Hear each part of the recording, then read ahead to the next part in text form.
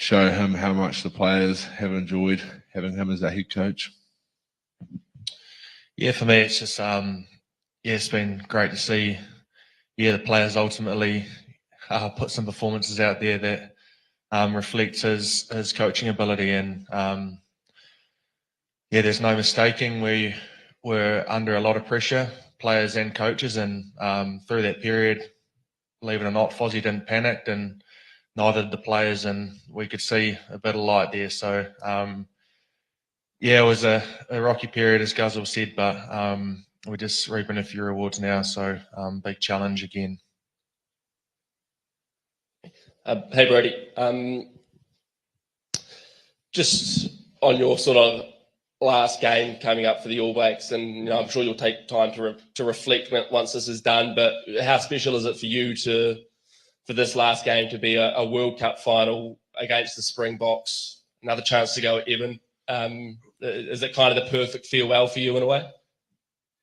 Yeah, I think it's, it's awesome. You can't really put into words like to be in a Rugby World Cup final. Obviously, was lucky enough to experience it in 2015 and to come here and this be my last game in the jersey and have the opportunity to go out there and potentially win it again. Yeah, I guess if you want to call it a fairy tale ending or however, but it's definitely beats where we were 4 years ago playing for third and fourth, that's for sure.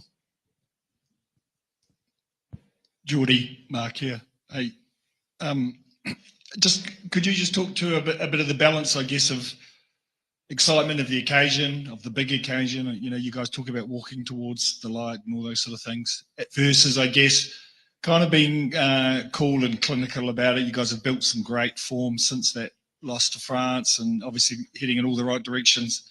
I guess you want to stick to what's worked for you, but that versus all the excitement and the occasion, how do you balance that?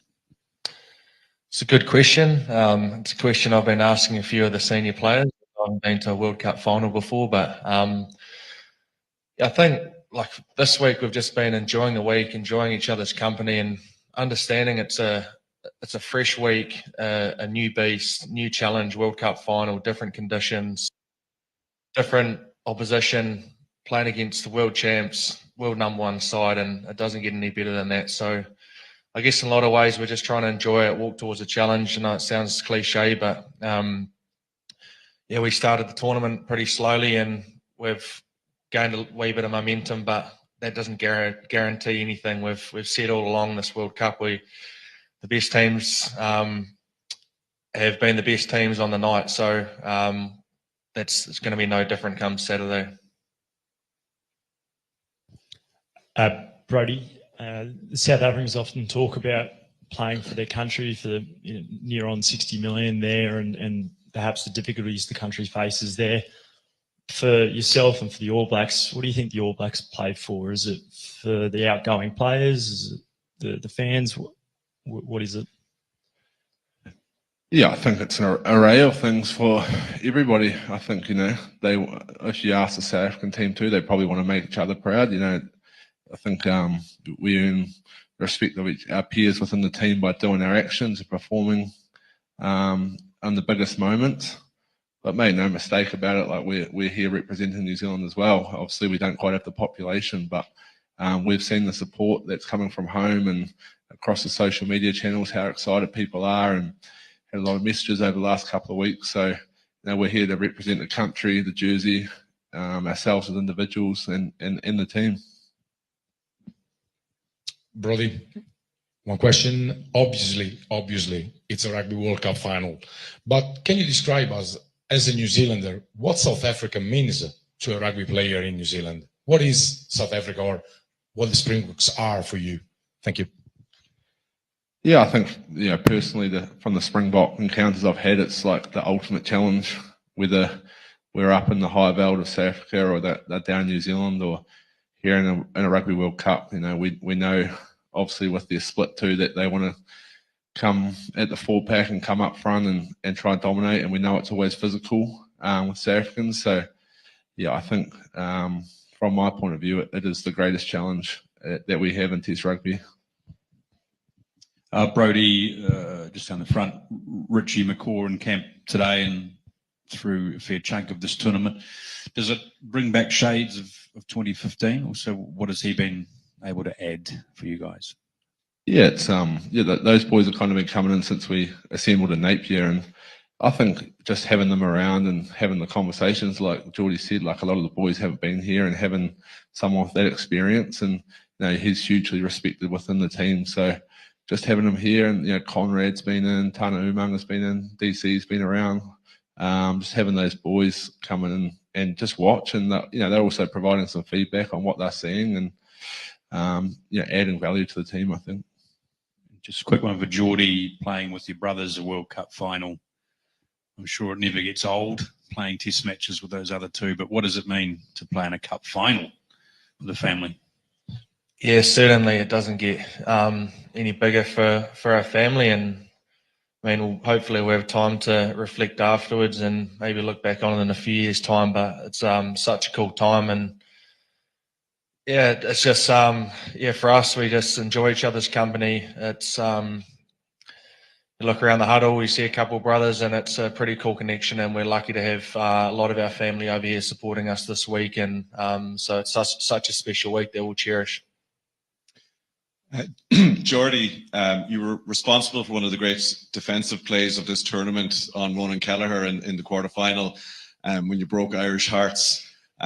What do you remember about that moment, and do you ever have a sliding doors moment since then to think, oh my God, if I hadn't made that, things could be different, that you mightn't be sitting here today? Certainly, there's moments like that in every test match, and the thing is, you don't know when they're going to turn up, and that particular moment there happened before I even realised it was a split-second decision. Luckily, I'd seen Richie Moe hold up a couple of players in similar positions off the back of them all this year in test matches, so he provided an example for me, and I guess it was a sliding doors moment. It turned out to be a big moment in a test match, and who knows, it might be someone else in a final. So look, that was a couple of weeks ago. We've got a fresh challenge, best team in the world in a World Cup final, so it's going to probably come down to a moment similar. Brodie, on here. You've been alongside him for a lot of his career, but Aaron Smith walks away from the All Black jersey on Saturday. How special will it be being alongside him as he leads the haka for the last time on Saturday? Yeah, it's going to be cool, right?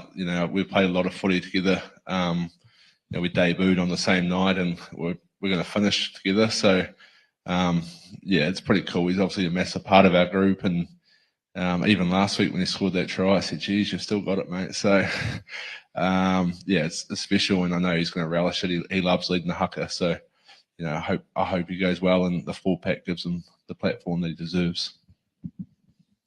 Oh, hi, Brodie. Just a question for you. I mean, you've played well over 100 tests, and we know that, many times we've probably thought you're an automatic selection. But just given in the playoffs that Sam played last week, and this is a World Cup final, did you have nerves or anxiety before the team was revealed? Ian just said before how hard it was to tell Dane that he'd missed out.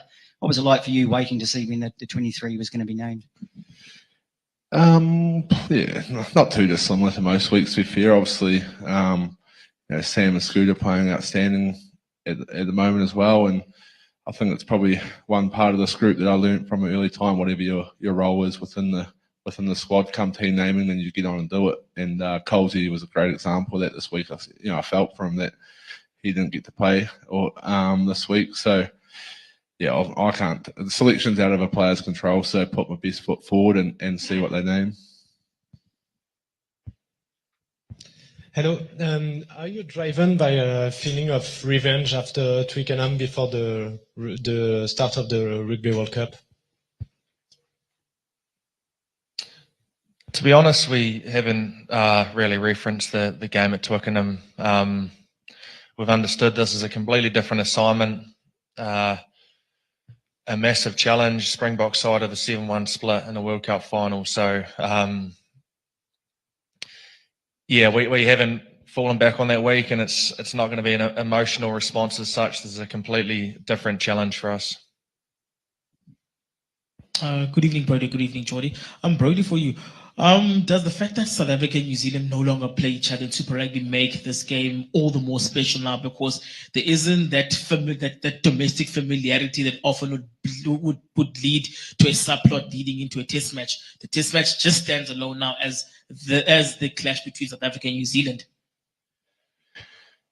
Yeah, I think we're not going up there in Super Rugby. Like, you miss the experience of playing in South Africa, which to us Kiwis is pretty special. But in saying that, because it is rarer that we play the South African teams now, it almost makes it more special. I think everybody looks forward to the Test match. I know the one earlier in the year in New Zealand was sold out a couple of weeks before it, because spectators know what they're going to get. So yeah, Test match rugby obviously slightly different to Super Rugby as well, but I think playing each other less almost creates more excitement and anticipation around the game.